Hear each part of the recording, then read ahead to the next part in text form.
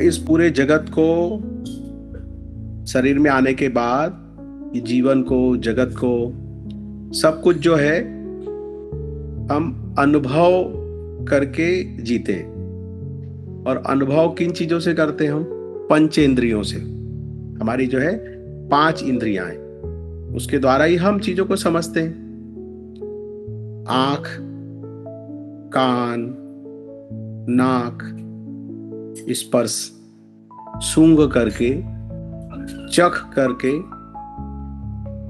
देख करके, सुन करके और स्पर्श के द्वारा। हो गई 5 इंद्रियां। और एक छठवीं इंद्री जिसको बोलते हैं, उसको 6 सेंस बोलते हैं, छठवीं इंद्री।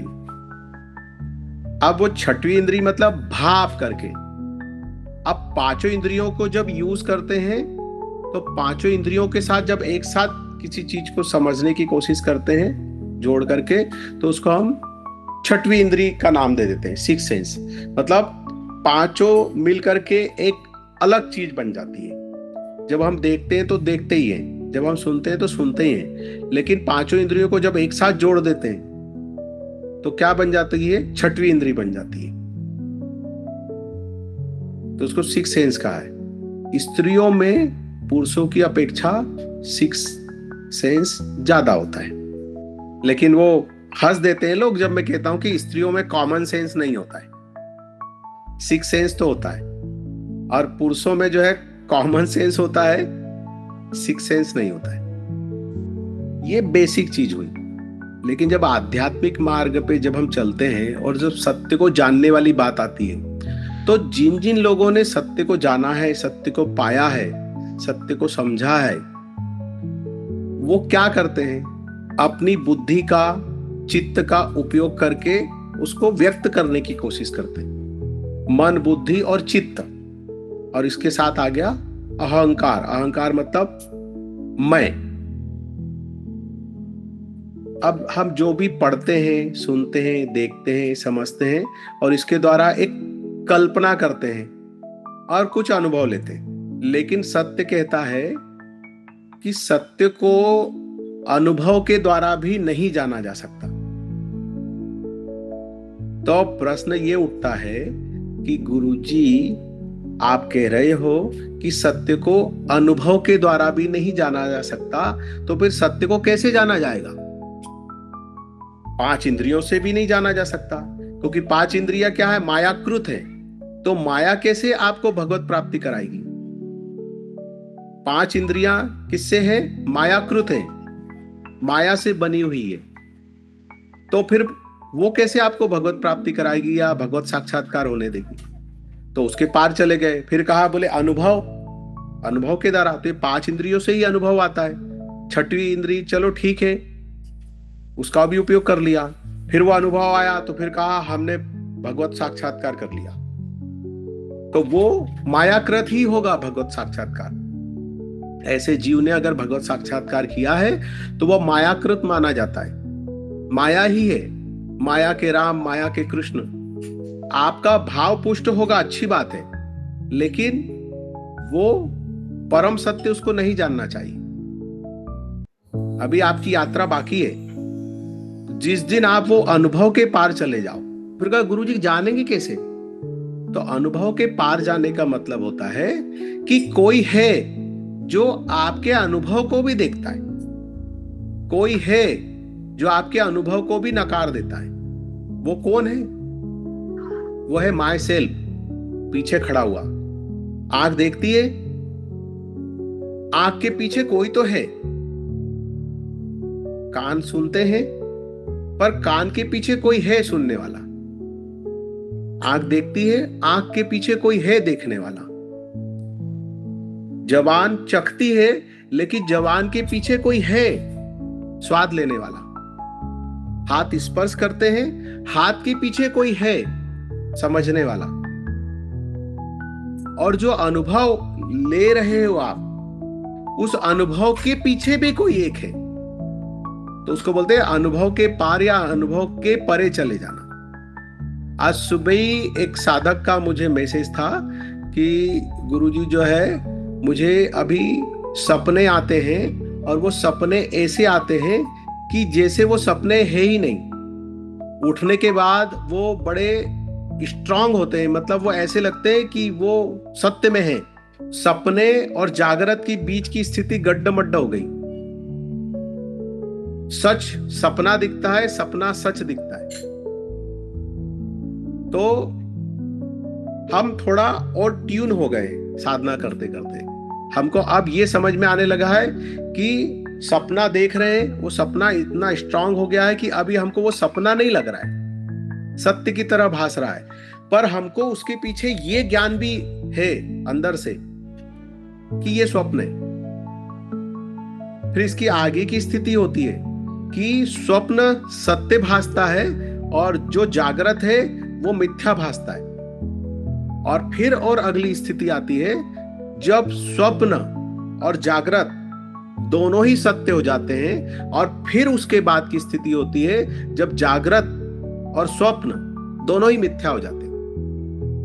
मिथ्या हो जाते हैं मतलब ये जो जागृत है इसके पीछे भी कोई है जो देख रहा है, और वो जो सुप्त स्वप्न है उसके पीछे भी कोई है जो देख रहा है, और वो दोनों एक हो जाते हैं। जब वो दोनों एक हो जाते हैं तो उसके लिए जागृत और सुप्त में देखा गया स्वप्न दोनों एक तरह हो जाते हैं, और दोनों ही फिर उसको मिथ्या भासते हैं। एक बार मैंने कहानी सुनाई थी कि एक लकड़हारा जो है जंगल से लकड़ी काट करके आया, और उसकी तबीयत थोड़ी नरम गरम थी, थका हारा आया, और जो है एक बाजू में खटिया पे, कुएं के पास में खटिया पड़ी थी, उस पर सो गया। उसकी आंख लग गई।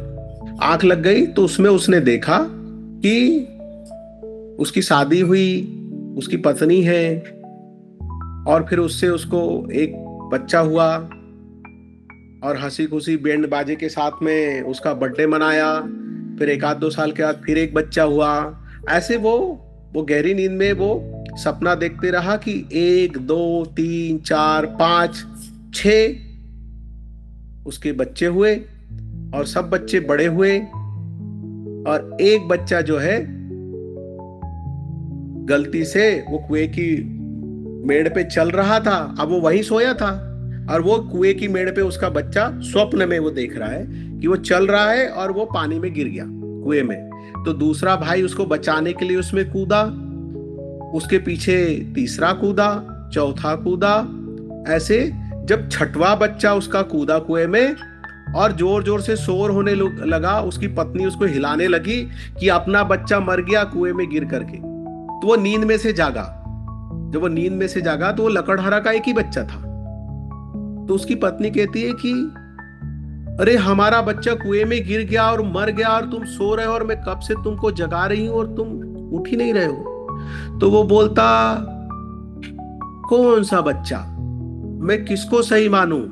जो मैंने सपने में मेरे 6 बच्चे मर गए हैं उसको सही मानूं, या ये जो 7वां मर गया है इसको सही मानूं? मैं किसका दुख मनाऊं? क्योंकि वो प्रगाढ़ नींद में वो जो स्वप्न देख रहा था उसमें उसको कितनी पीड़ा हो रही थी, कितना दुख हो रहा था उसको। वो नींद में था तब तक तो यथार्थ ही था ना वो, कि उसका विवाह हुआ, 1 बच्चा हुआ, 2 बच्चा हुआ, ऐसे 6 बच्चे हुए। फिर एक एक करके उसके बच्चे कुएं में कूदते गए एक दूसरे को बचाने के लिए, और वो मर गए। उनकी लाशें निकाली, वो छठवां निकाला, छठवां मरा, तब तक उसको हिला करके जगाया कि अरे उठो उठो, हमारा बच्चा कुएं में गिर के मर गया।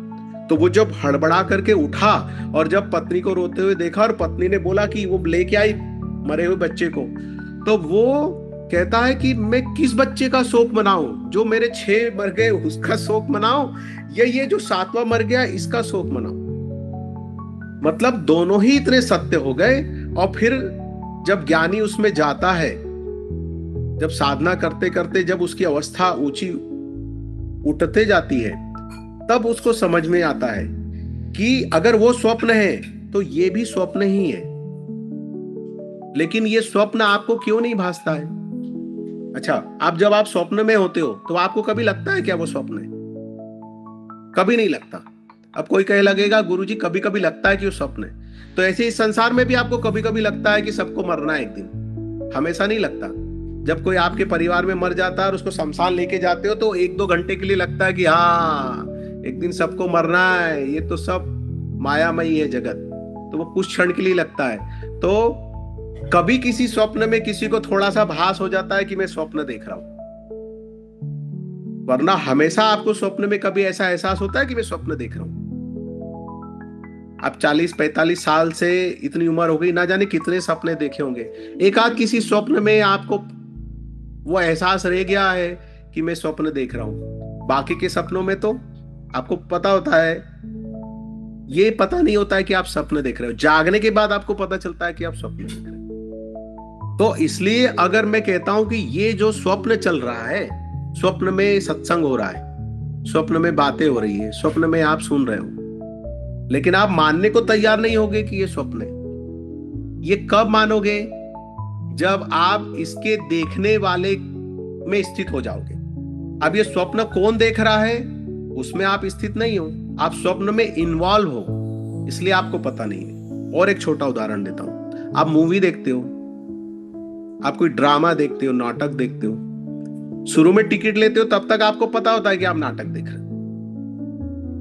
नाटक या मूवी देखते देखते आपको पता होता है कि आप देख रहे हो, लेकिन जब स्टोरी स्टार्ट होती है और जब उस फ्लो में आप जाते हो,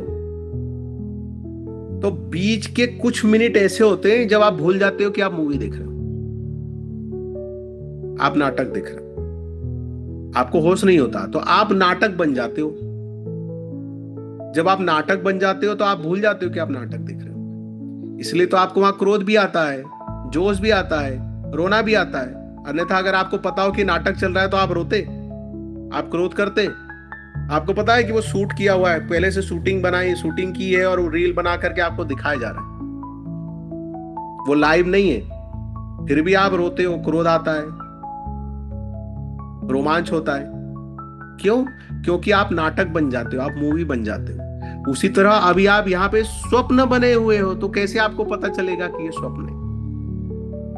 उसके लिए स्वप्न को देखने वाले में स्थित होना पड़ेगा। बात स्टार्ट हुई थी, अनुभव से सत्य को नहीं जाना जा सकता। अगर अनुभव से सत्य को जाना जा सकता तो आपको जब पीलिया हो जाता है, पीलिया मालूम है, जॉइंडिस। अब आप बोलो सब पीला पीला दिख रहा है, तो दूसरे को पीलिया नहीं हुआ है, तो आपको क्या बोलता है कि नहीं, पीला कुछ भी नहीं है। आपको कोई लाल चश्मा पहना दे और आपको सब लाल लाल दिख रहा है, तो जिसने लाल नहीं पहना है वो क्या बोलेगा? अगर उसने नीला पहना है तो बोलेगा नीला दिखाई दे रहा है, और आप बोलोगे लाल दिखाई दे रहा है। तो ये क्या हुआ? अनुभव है। अब अनुभव से वास्तव में वो लाल है या नीला है?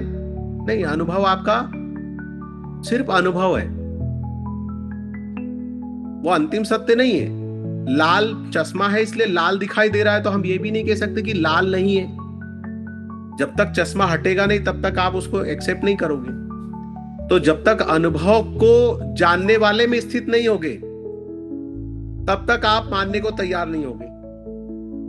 जब तक स्वप्न देखने वाले में स्थित नहीं होगे तब तक आपको ये ज्ञान होगा ही नहीं कि आप स्वप्न देख रहे हो।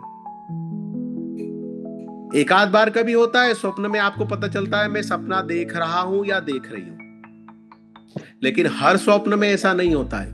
आप स्वप्न बन जाते हो इसलिए आपको पता नहीं चलता। आप मूवी नाटक बन जाते हो कुछ क्षण के लिए, तो कुछ पीरियड में आपको पता ही नहीं चलता कि आप मूवी देख रहे हो, आप मूवी का हिस्सा हो जाते हो। तो अभी हम सब जो है नाटक का, स्वप्न का हिस्सा बने हुए हैं। सिर्फ वही जान सकते हैं कि ये स्वप्न चल रहा है जो स्वप्न देखने वाले में स्थित हो जाए। उसको बोलते हैं स्थित प्रज्ञ। और स्थित प्रज्ञ होने के लिए आपको बोध क्रिया करना जरूरी है। बिना बोध क्रिया किए आपको वो स्थिति नहीं समझ में आएगी। आप स्वप्न देख रहे हो तो उसके लिए अनुभव लेने के लिए सीट्राजिन खा लो जब नींद नहीं आ रही हो, और सीट्राजिन खाने के बाद जो नींद आती है वो कच्ची नींद होती है। उसमें आपको पता चलता है कि मुझे नींद आ रही है। नींद में आप जागे होते हो, आधे सोए होते हो, और जो स्वप्न देख रहे हो तो आपको पता होता है कि ये स्वप्न चल रहा है। तो जैसे सीट्राजिन खा के जाना जा सकता है, स्वप्न में जागा जा सकता है, उसी तरह इस स्वप्न में जागने के लिए बोध क्रिया करना जरूरी है। इस स्वप्न में जागने के लिए शून्य अवस्था में जाना जरूरी है। और शून्य अवस्था में तो आप एकदम से नहीं जाओगे, उसके लिए सघन विचार की प्रोसेस से गुजर करके जाना पड़ेगा। हरिओम। हम आपको हमारी नई प्रकाशित ई book dive into the unknown के माध्यम से अपनी आध्यात्मिक यात्रा को और गहराई से खोजने के लिए आमंत्रित करते हैं। इस पुस्तक में स्वामी जी द्वारा दिए गए अमूल्य ज्ञान संकलित हैं, जो आत्मखोज और आंतरिक परिवर्तन की राह पर आपका मार्गदर्शन करेंगे। यह पुस्तक दुनिया भर के सभी Amazon प्लेटफॉर्म्स पर उपलब्ध है। इसकी लिंक आपको नीचे डिस्क्रिप्शन में मिल जाएगी। साथ ही यदि आप इन शिक्षाओं को हिंदी या फिनिश भाषा में सुनना चाहते हैं तो हमारे अन्य YouTube चैनलों को अवश्य देखें। इनके लिंक भी नीचे दिए गए हैं। चाहे वह अंग्रेजी, हिंदी या फिनिश में हो, यह ज्ञान शाश्वत, सार्वभौमिक और अत्यंत मूल्यवान है। देखने के लिए धन्यवाद। कृपया वीडियो को लाइक, शेयर और सब्सक्राइब करना ना भूलें। अगले वीडियो में फिर मिलेंगे। हरिओम।